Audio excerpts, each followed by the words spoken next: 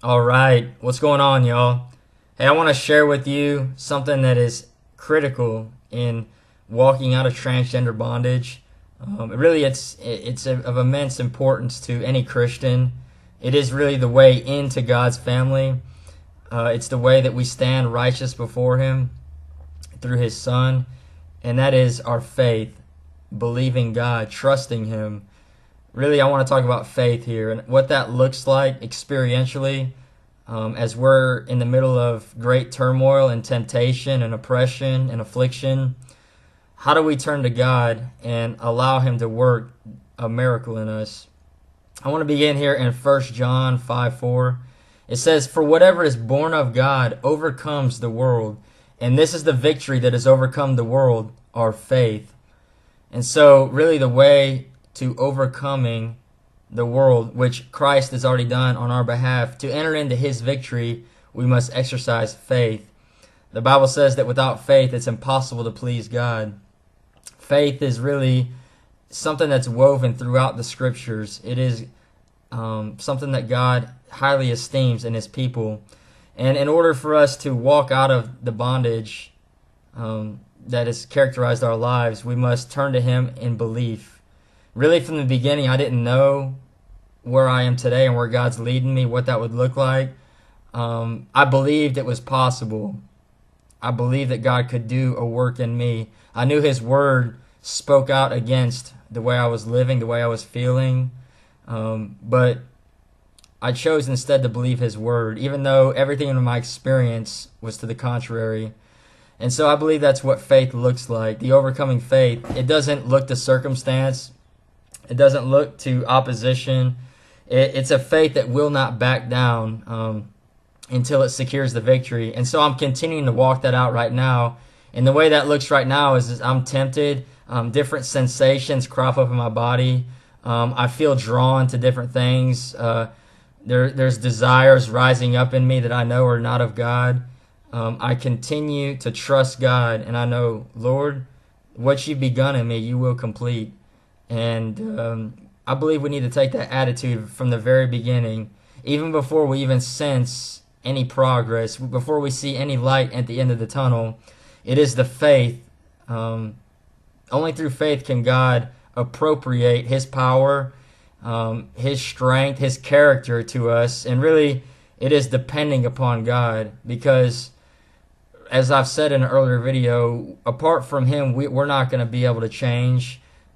As the world says, you cannot change. That's very true apart from God. And in order for God to be God in our lives, we must believe Him.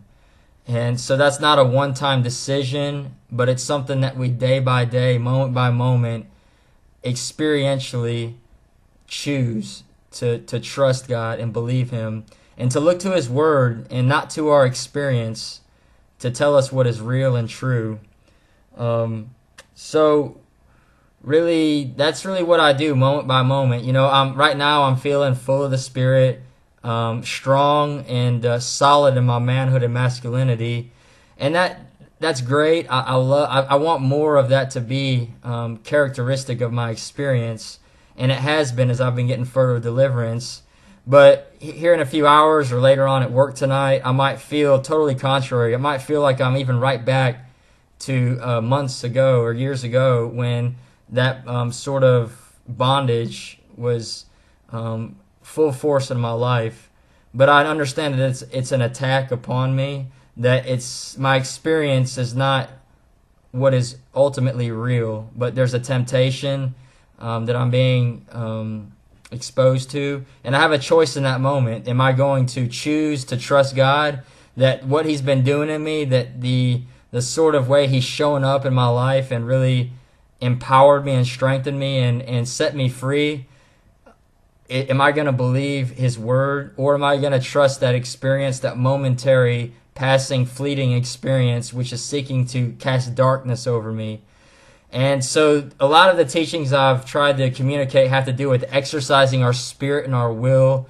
There's a very spiritual battle going on, and so we have to fight it with spiritual weapons.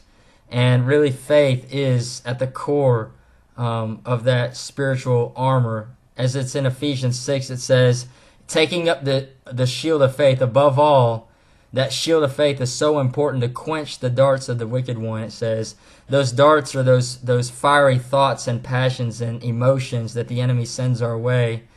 And so it's by faith that we lift up that shield of faith and we press on. It doesn't matter what's going on around us, inside or out. We trust God, and those darts are quenched as our spirit is directed towards God and as we allow Him to manifest His power in us. And so I just encourage you to exercise your faith as something not just intellectual, but something that's very real and core to who you are in the Spirit. It's hard for me to communicate what that, but it really, I think, picked up a shield and just, that's what faith is to me. And really, the enemy is stronger than we are. If we choose to trust in our own strength, our own power, our own intelligence, we're going to get beat back and beat down every time.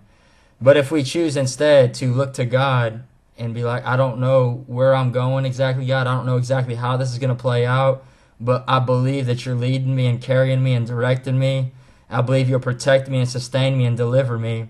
And we just hold that position. And I've said before that we're not fighting for the victory, but we're fighting from a position of victory. And we're holding up that shield. We're taking up the armor. We're waving the banner of Christ. And it's going to be hard. It's going to be difficult. The enemy's not going to give up easily. And so it's a battle to the end. But I want to encourage you, brothers out there, because the battle will come to an end. We will rest one day.